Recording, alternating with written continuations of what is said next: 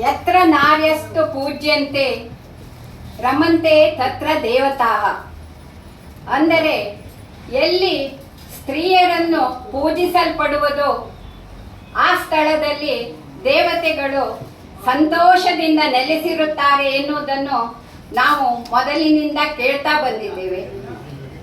ಹಾಗೆಯೇ ಒಂದು ಮನೆಯನ್ನು ಅತ್ಯಂತ ಮಹತ್ತರವಾಗಿ ಜವಾಬ್ದಾರಿಯಿಂದ ನಡೆಸಿಕೊಂಡು ಹೋಗುವಲ್ಲಿ ಮಹಿಳೆಯ ಪಾತ್ರ ಬಹಳ ದೊಡ್ಡದು.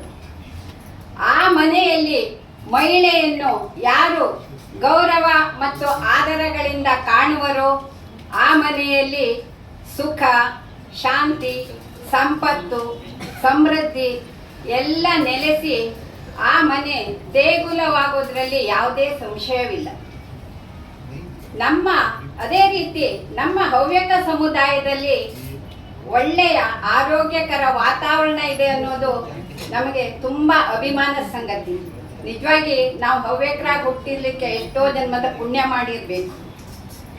ಅಷ್ಟು ಒಳ್ಳೆಯ ನಮ್ಮ ಸಂಸ್ಕೃತಿ.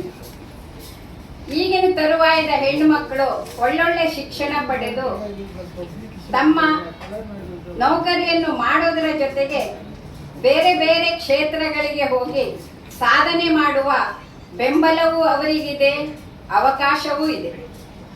ಹಾಗಾಗಿಯೇ ಕೆಲವು ಮಹಿಳೆಯರು ದೇಶ ವಿದೇಶಕ್ಕೆ ಹೋಗಿ ಹಲವಾರು ಸಾಧನೆಗಳನ್ನು ಮಾಡಿ ತಮ್ಮ ಪ್ರತಿಭೆಯನ್ನು ಪ್ರದರ್ಶಿಸಿ ಕೀರ್ತಿ ಗಳಿಸಿದ್ದಾರೆ. ಆ ನಿಟ್ಟಿನಲ್ಲಿ ನಮ್ಮ ಮುಂಬೈ ಮಹಿಳೆಯರು ಏನು ಕಡಿಮೆ ಇಲ್ಲ. ಅದು ನಿಮಗೆ ಆಮೇಲೆ ಗೊತ್ತಾಗಬಹುದು, ನಮ್ಮ ತ್ರಿವೇಣಕ್ಕ, ಪವಿತ್ರ ಅವರೆಲ್ಲ ಎಷ್ಟು ಸಾಧನೆ ಮಾಡಿದ್ದಾರೆ ಅಂತ.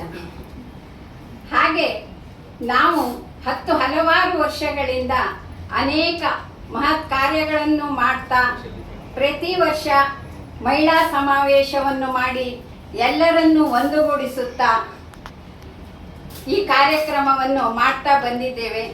ಅಂಥದೇ ಒಂದು ಸಂಭ್ರಮದ ದಿನ ಈ ದಿನ.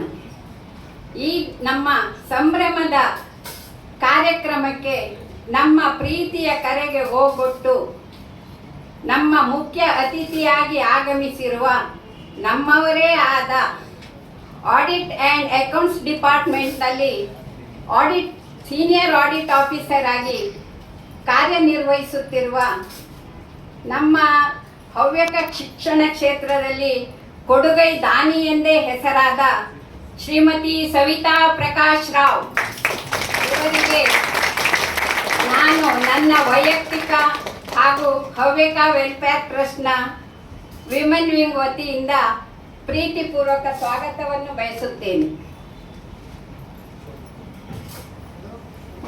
ಪುಷ್ಪಗುಚ್ಛ ಕೊಟ್ಟು ಅವರನ್ನು ಗೌರವಿಸಬೇಕೆಂದು ನಾನು ನಮ್ಮ ಅಧ್ಯಕ್ಷರಾದ ಶಿವಕುಮಾರ್ ಭಾಗವತ್ ಅವರನ್ನು ಕೇಳಿಕೊಳ್ತೇನೆ.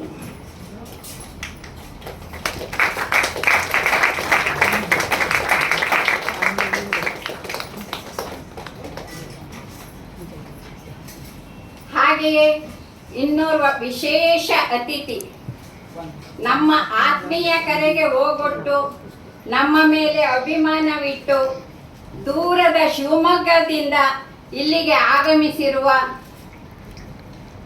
ಫೇಮಸ್ ಸೈಕ್ಯಾಟ್ರಿಸ್ಟ್, ಕ್ಲಾಸಿಕಲ್ ಡ್ಯಾನ್ಸರ್ ಹಾಗೂ ಲೇಖಕಿಯೂ ಆಗಿರುವ ಡಾಕ್ಟರ್ KS ಪವಿತ್ರ ಅವರಿಗೂ ಕೂಡ ನಾನು ನನ್ನ ವೈಯಕ್ತಿಕ ಹಾಗೂ ಹವ್ಯಕ ವೆಲ್ಫೇರ್ ಟ್ರಸ್ಟ್ನ ಮಹಿಳಾ ವಿಭಾಗದ ವತಿಯಿಂದ ಆತ್ಮೀಯ ಸ್ವಾಗತವನ್ನು ಬಯಸುತ್ತೇನೆ. ಅವರನ್ನು ನಮ್ಮ ಕಾರ್ಯದರ್ಶಿ ವಸಂತ್ ಭಟ್ರು ಪುಷ್ಪಗುಚ್ಛ ಕೊಟ್ಟು ಗೌರವಿಸಬೇಕೆಂದು ಕೇಳಿಕೊಳ್ತೇನೆ.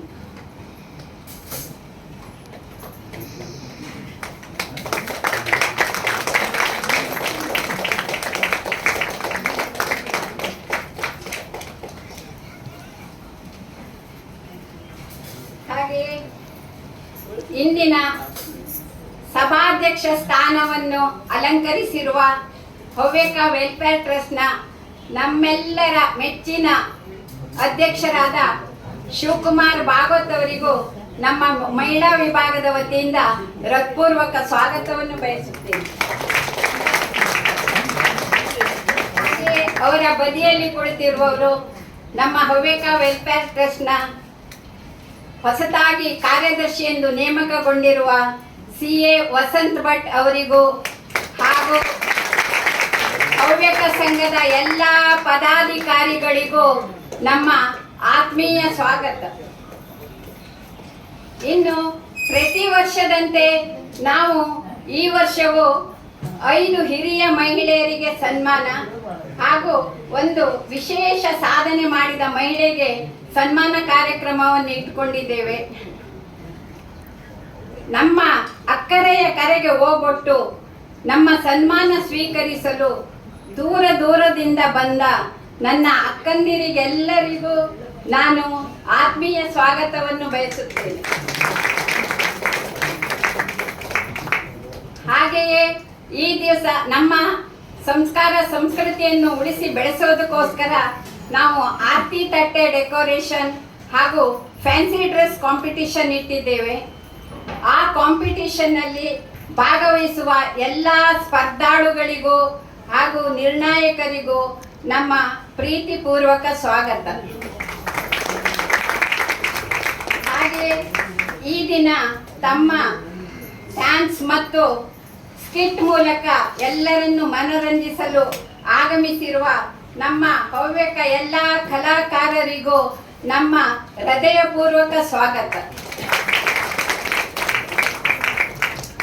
Last but not the least, ನಮ್ಮ ಅಕ್ಕರೆಯ ಕರೆಗೆ ಹೋಗೊಟ್ಟು ಬೆಳಗಿನಿಂದ ಸಂಜೆಯವರೆಗೆ ಕಾರ್ಯಕ್ರಮವನ್ನು ವೀಕ್ಷಿಸಿ ಮಹಿಳೆಯರನ್ನು ಪ್ರೋತ್ಸಾಹಿಸಲು ಇಲ್ಲಿ ಆಗಮಿಸಿರುವ ದೂರ ದೂರದಿಂದ ಬಂದಿರುವ ಎಲ್ಲ ಮಹನೀಯರುಗಳಿಗೂ, ನನ್ನ ಅಕ್ಕ ತಂಗಿಯರಿಗೂ ಹಾಗೂ ಪುಟಾಣಿ ಮಕ್ಕಳಿಗೂ ನಾನು ಹೃದಯಪೂರ್ವಕ ಸ್ವಾಗತವನ್ನು ಬಯಸುತ್ತೇನೆ.